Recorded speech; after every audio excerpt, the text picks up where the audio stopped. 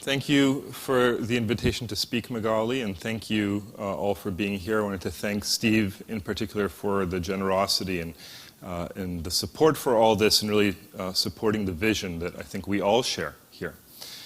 So I'm going to try to tell you about, as Magali was saying, kind of a different approach to thinking about the illnesses that we're dealing with. And I think actually, as Garrett said in the very beginning yesterday, all you need is one example, one case where you can really turn the lever and change reality for our patients, change our understanding of our patients, to then have much broader ramifications. And this is actually a context where I think that's possible.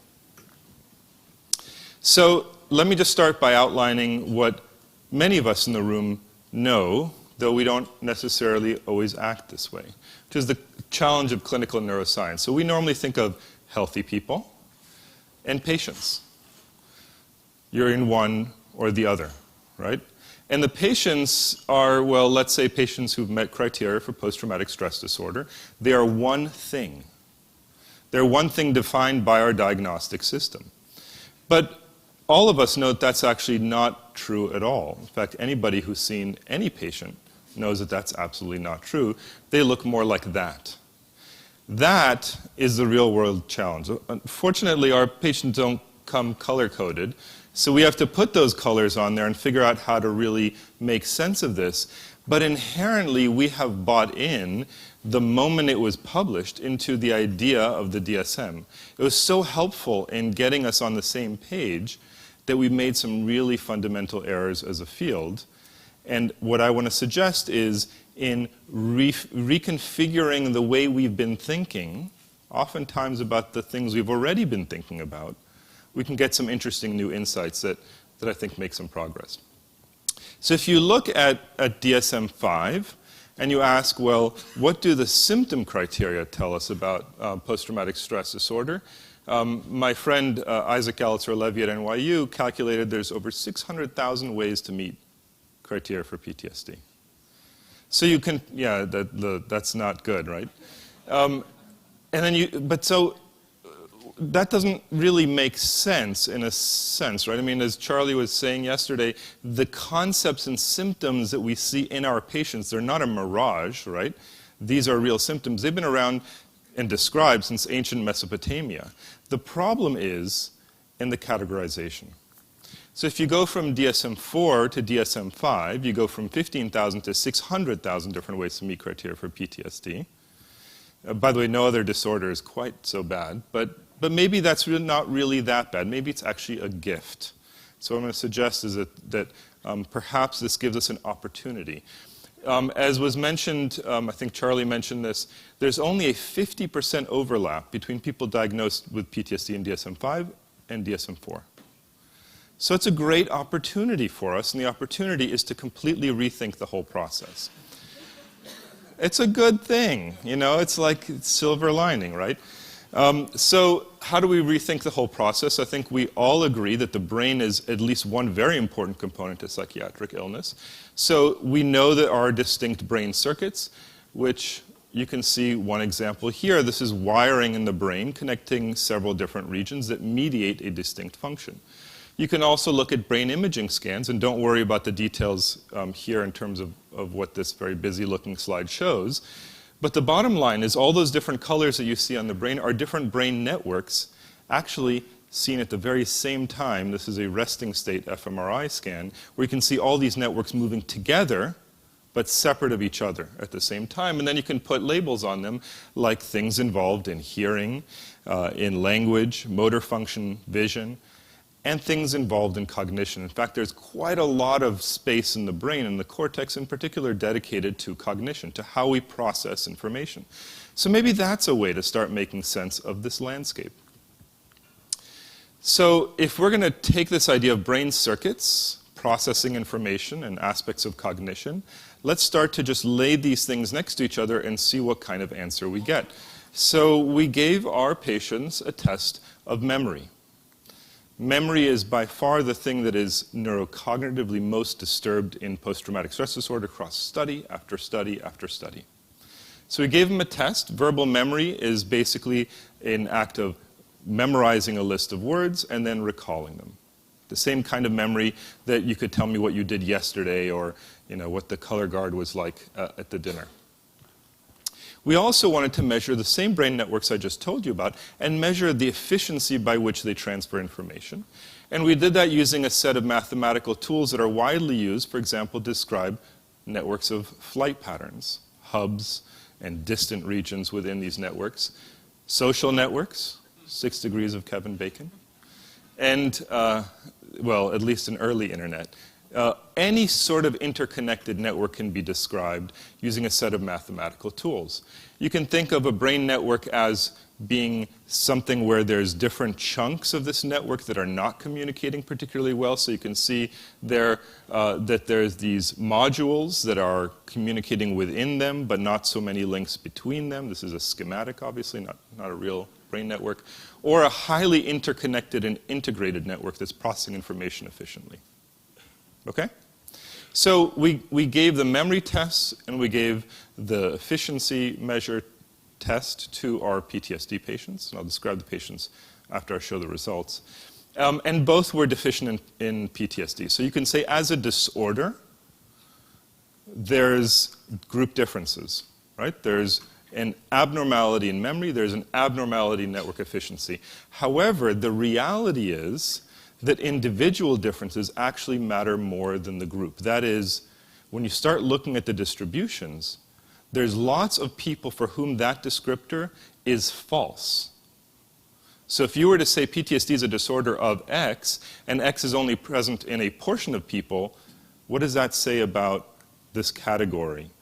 And perhaps by doing this, you actually get the answer, and the answer is in differences. So what I'm quantifying here is the efficiency of these people's brain networks.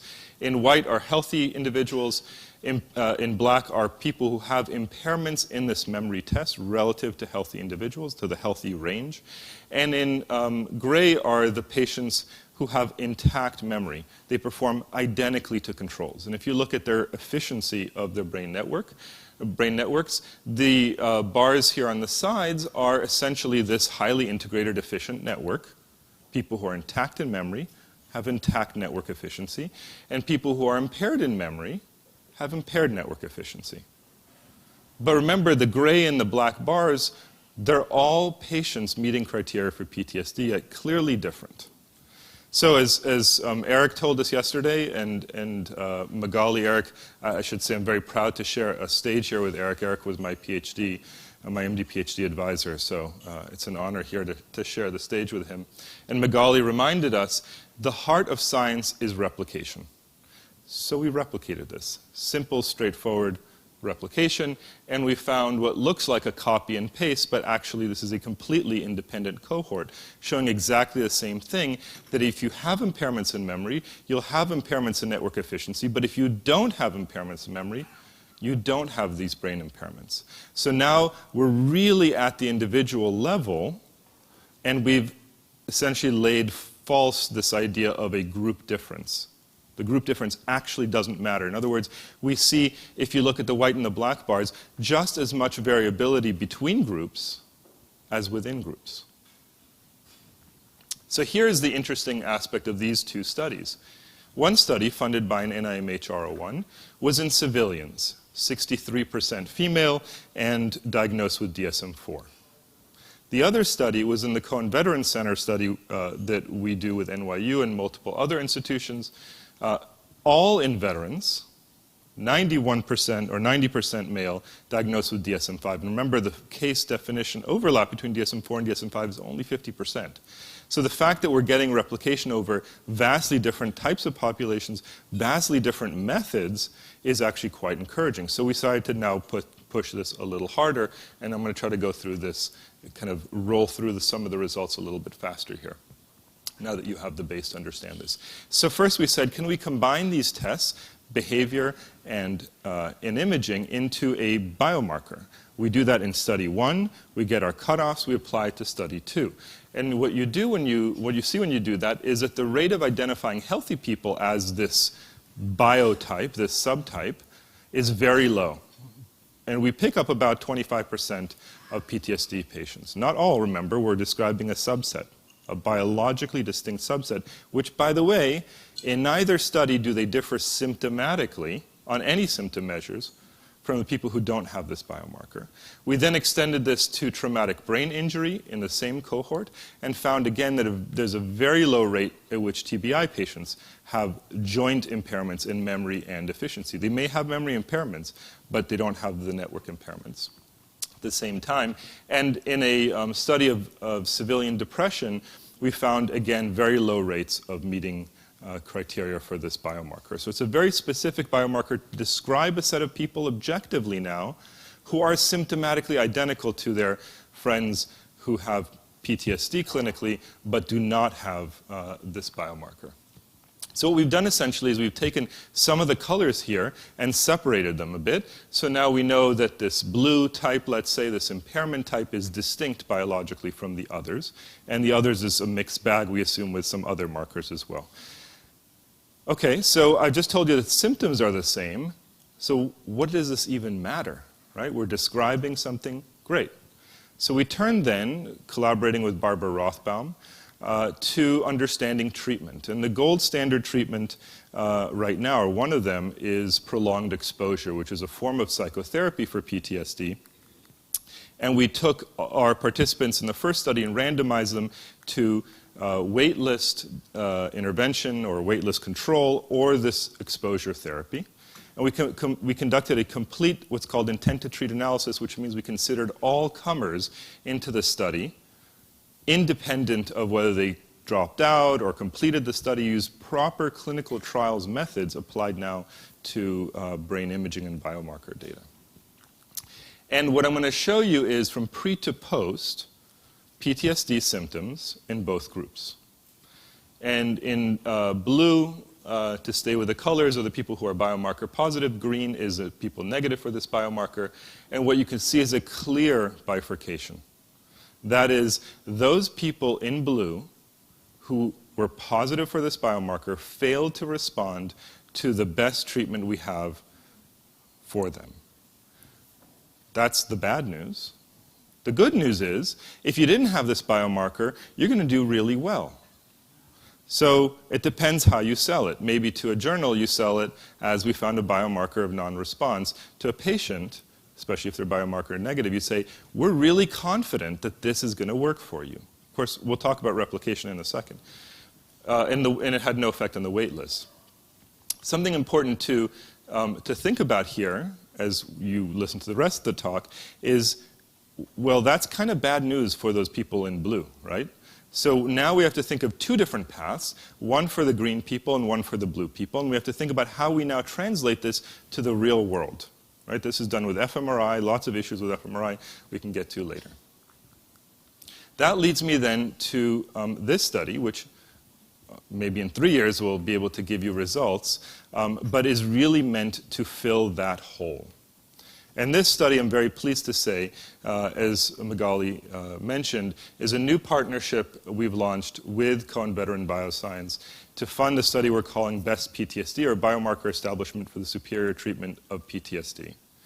The goal here is to replicate the effects I just showed you in real-world VA clinics in Palo Alto and New Mexico, and focus on treatment prediction, to take this idea that through biomarkers, through describing coherent biology, we can predict who will respond to treatment, and do this in the real world with patients getting real treatment. We're not randomizing them and supervising every aspect of their treatment. They're getting what they normally would get, and not only that, include the two things that they would normally get, which is exposure therapy or cognitive processing therapy, and let them decide. The idea, if we have enough people then, is we can test the robustness and replicability of this biomarker. We can see how well it generalizes. If it generalizes across two psychotherapies, you really have a fundamental principle. And if it distinguishes between two psychotherapies, boy, you're really in business now, right? But the other important thing to this is that we have our eye the whole time on the ball. And in this case, it's all about getting to clinics, making it accessible, making it quick and easy to do. So fMRI is not going to make it. fMRI might be helpful in understanding mechanisms, and it may be even useful now for people trying to stratify the population for a clinical trial in a controlled research context. But I guarantee you fMRI is not going to be seen in every clinic across the country, especially when you start thinking about resources.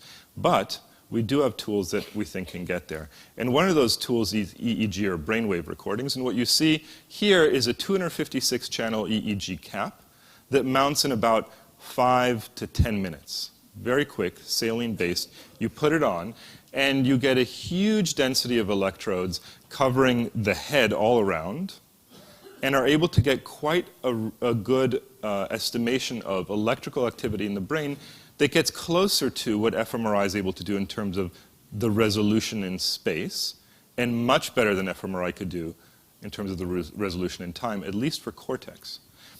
And through other developments going on in the lab, some which I'll tell you about in a second, we think that this is actually going to be a translational platform to get to the clinic. So as you think of T1, T2, T3, we're really pushing now down to the clinic side. But that's really only part of the whole thing. Remember I told you about that blue group that's not responding. How do we start thinking about understanding the biology of this phenotype to allow us to think about novel treatments? My guess is they're going to respond or not respond to CPT just like they don't respond to PE, because it requires some of the same core processes. And aside from those two treatments, we don't really have any great evidence-based treatments. We have to start thinking about maybe creating our own. Thank you. The answer, I think, will come from a different perspective. And the different perspective here is that all the stuff I just showed you, the story I just told you, is an observational story. That is, we take pictures of the brain in action, and we tell a story about brain networks or any other part of the brain. But the problem with that is that we can't actually, by taking pictures, know about cause and effect in the brain. We don't know anything about how one bit of brain actually causes activity in another bit of brain, because all we're doing is watching. The solution to that, or one solution to that, is use something called TMS, or transcranial magnetic stimulation. What that does is non-invasively stimulate or inhibit little bits of brain that you can target, actually quite precisely. And then you can image the effects of that with either fMRI or EEG, and I'll show you some examples of that in our work here. So let me give you an illustration of what this looks like. Imagine you have a map of brain networks, much like I showed you before, and you stimulate a particular part of the network. What you see on the left here is brain activity unfolding. This video is going to loop around over the span of just 100 milliseconds, the blink of an eye, 1/10 of a second, unfolding across different parts of the brain due to stimulation in that one network spot. You go to another network spot and you get different pattern of stimulation. You can see it starts locally near the stimulation site and then goes across the network that that region is connected with, and so on and so forth. And you can do this across multiple regions. In fact, we do this now routinely across 15 to 25 different sites in the brain in a single session combining TMS and EEG in a person. So we can now map what we call the causal connectome of that person. So not just the connectome, but causality brought in by having this interventional bit. This is what's called a TMS evoked potential, or TEP. And what you see when you stimulate the brain, fairly canonically, is a rapid deflection. P30 is at about 30 milliseconds. So now we're really talking about the speed at which actual neural communication takes place. And then you see a variety of other waves. Those other waves are actually, very importantly, at least in large part, a rebound of the brain to stimulation. So you push, and the brain pulls. The brain pulls because it doesn't want to have a seizure. It maintains equilibrium. What we found, to make a long story short, focusing on these two types of PTSD, the biomarker positive and biomarker negative, is in particular when we stimulated several spots, then one spot in the right prefrontal cortex, and especially one component of the response, of this inhibitory response, was greater. In black bars are those people who are impaired in memory, and it also correlated with their fMRI efficiency scores. In other words, those people who have this biomarker that's associated with this particular biological phenotype and treatment non-response, they have too much of this pushback from the brain, this inhibitory push, And arguably that's why they transmit, we think, information with lower fidelity in the brain. Interestingly, this happens to be the place that fairly randomly the field has decided to do rTMS stimulation trials without a biomarker. And they find interesting things, like people seem to respond equally well as a group to low and high frequency stimulation, which is thought to inhibit or excite cortex. Arguably, these two groups might be responding to very different protocols, and we can start to tease that apart. But the thing that really gets me excited is now uniting this sort of data with data we have in depression. Depression has an rTMS treatment protocol focused on the left-sided equivalent of the very same network region, which has been done forever, FDA cleared in 2008, and is now in practice in clinics. But its mechanism has actually been largely unknown. So we applied the same TMS EEG tools as you see on the left. Now we applied it to understand depression rTMS treatment. What you can see in the blue trace going to the red trace is that the red trace is smaller, especially in these later inhibitory waves. In other words, what we see, and actually people see this even in cat experiments, is that a big part of how rTMS works in depression and even just in a normal cat physiological cortex experiment is by reducing the amount of inhibition and therefore a net excitation. If you imagine these patients now who are impaired, these PTSD patients, because of too much inhibition, that aligns with now the intervention that we're using in depression conceptually to reduce inhibition. And moreover, that the amount of inhibition seen in this sort of later wave seen in depressed patients at baseline predicted a better outcome. In other words, it may very well be that these patients who have this memory and efficiency impairment in PTSD may be exquisitely sensitive to the right rTMS protocol, which we already think we have a lead on. So to summarize this component, we take this heterogeneous group of people through hypothesis-driven research. So we got there not by data-driven research, by data-driven search rather, but by actually asking a very simple question about cognition and circuitry. We can say that there's a bunch of people who don't meet criteria for this biomarker, and they should get psychotherapy. Then there are people in blue who meet criteria for this objective biomarker, assuming that it replicates, but we don't really know what they should get, at least not yet. My suggestion is, at least through this work, that maybe they should get a targeted form of rTMS guided in exactly the same manner I just showed you. And actually, maybe that's not even the right intervention. Maybe the goal isn't just to normalize that circuit. Maybe you normalize that circuit so that they now have the other phenotype that they then respond to psychotherapy. So that's pretty wild, right? You might tweak their brain as a standalone treatment or tweak their brain so that they now respond to the other treatment. I think it's pretty exciting, opens up a lot of new doors. But the key here is that the circuit is the handle. You need to be able to image and to manipulate the circuit, and you need to do it exquisitely. But if you can do that, and you can image it at the individual patient level, which we think we are now able to do, that's very exciting. I'll get to the implications of that in a minute.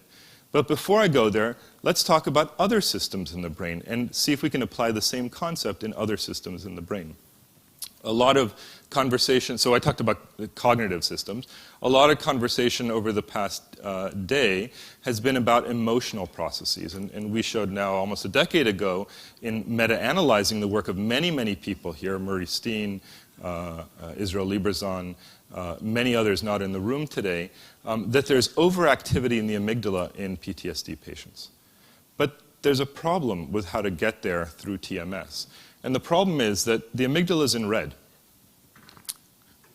Magnetic fields fall off with a square of distance from the scalp, which is where the pulse is generated. As you can see, that's probably the hardest region to get to with TMS directly. So then we looked around and said, is there another route in through regulatory pathways in the prefrontal cortex that we could get to? Turns out a lot of those are actually along the midline of the cortex, which is equally hard to get to. So then we looked harder and said, well, in the monkey literature, there's an interesting little region there in sort of yellow-green that they call L12. We call the ventrolateral prefrontal cortex, so it's towards the side and bottom of the brain. Maybe if we target that region, identified here in monkeys by its connection to the amygdala, maybe we can get to that regulatory pathway.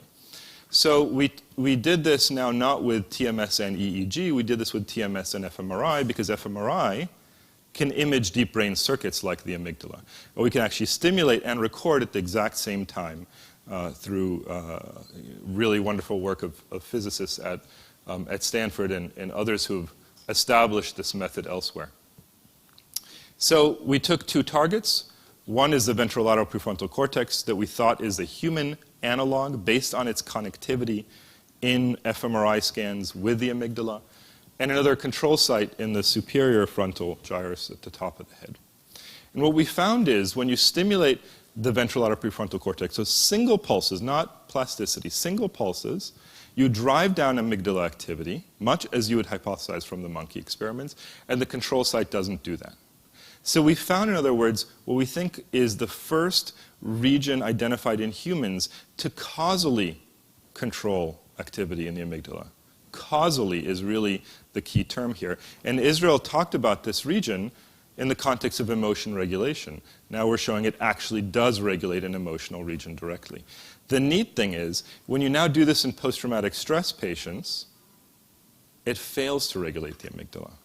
In other words, we can not only show a causal pathway, we can show a causal disconnection in PTSD patients that gets worse with worse symptoms.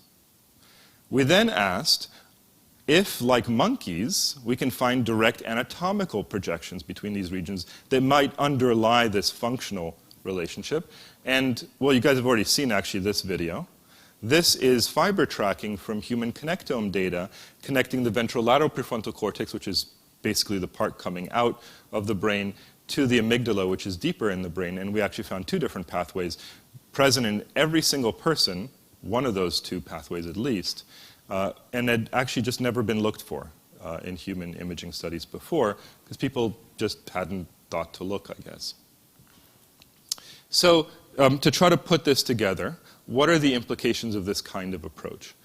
On the one hand, there's the personalized medicine approach that I just told you about, which is what we'll be pursuing with this new CVB-funded project, Best PTSD, trying to identify the biomarker that says you should get psychotherapy and the biomarker that says, well, maybe we've got to think of another plan, right?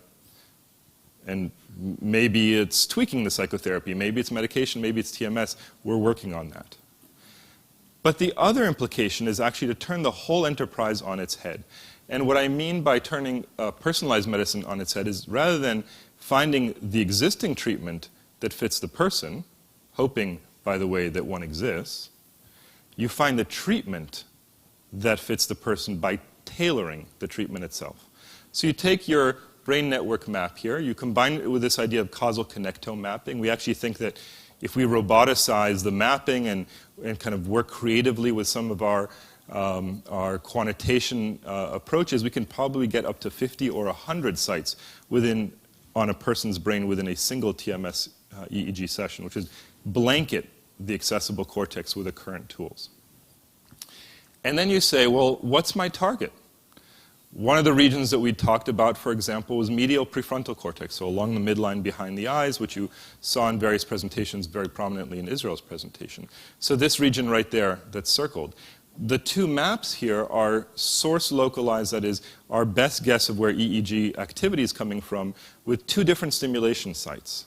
Clearly, one site in the lateral cortex on the side, one site gets to the medial prefrontal cortex and the other doesn't, and this is 30 milliseconds after a TMS pulse is given. So then you'd say, well, maybe for that individual, if their problem is medial prefrontal cortex, we found the right in by mapping their causal connectome. So we create through that personalized interventions that may look different for each person or may group.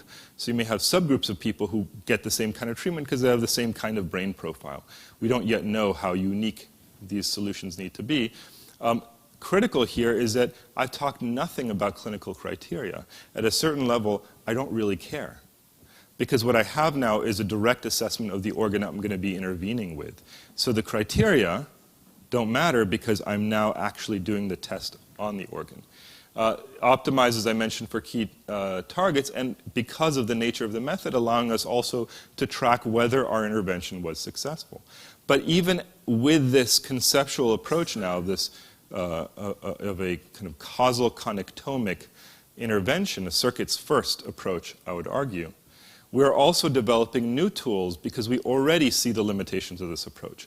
I co-lead a consortium through the Stanford Neurosciences Institute, actually with a basic scientist as a partner, trying to develop new tools for brain stimulation. So new TMS coils that can reach deeper bits of cortex more directly. Focus ultrasound, which can actually modulate little tiny bits of brain at depth, and even using ultrasound to release pharmaceutical compounds, release chemicals locally in the brain, potentially even at very high dose locally, that you could never get to systemically, but in the right place and hopefully at the right time. So developing a suite of new brain stimulation tools, and our hope is then to be able to stimulate anywhere in the human brain and tie it to a characterization of that person's, that individual's brain circuitry. So with that, I'm just going to close and thank the many people who are on this list, who are not on this list, who are in this room and not in this room, who've contributed to this work, and of course, our generous funders, especially the NIMH and CVB. Thank you very much.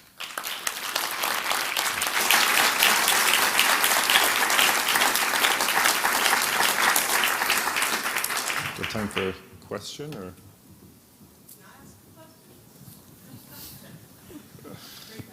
Thank you. I'm going to ask it on behalf of Anthony.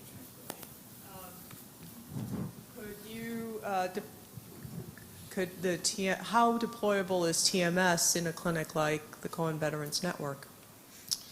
It's a great question. Let me answer that question a little bit of a different way, which is sort of with reflecting on Charlie and my experience setting this up at NYU. So at NYU, they had no experience with TMS, and they had no experience with EEG. And we created essentially kind of a standardized training package, videos, visits, just to make sure things were set up.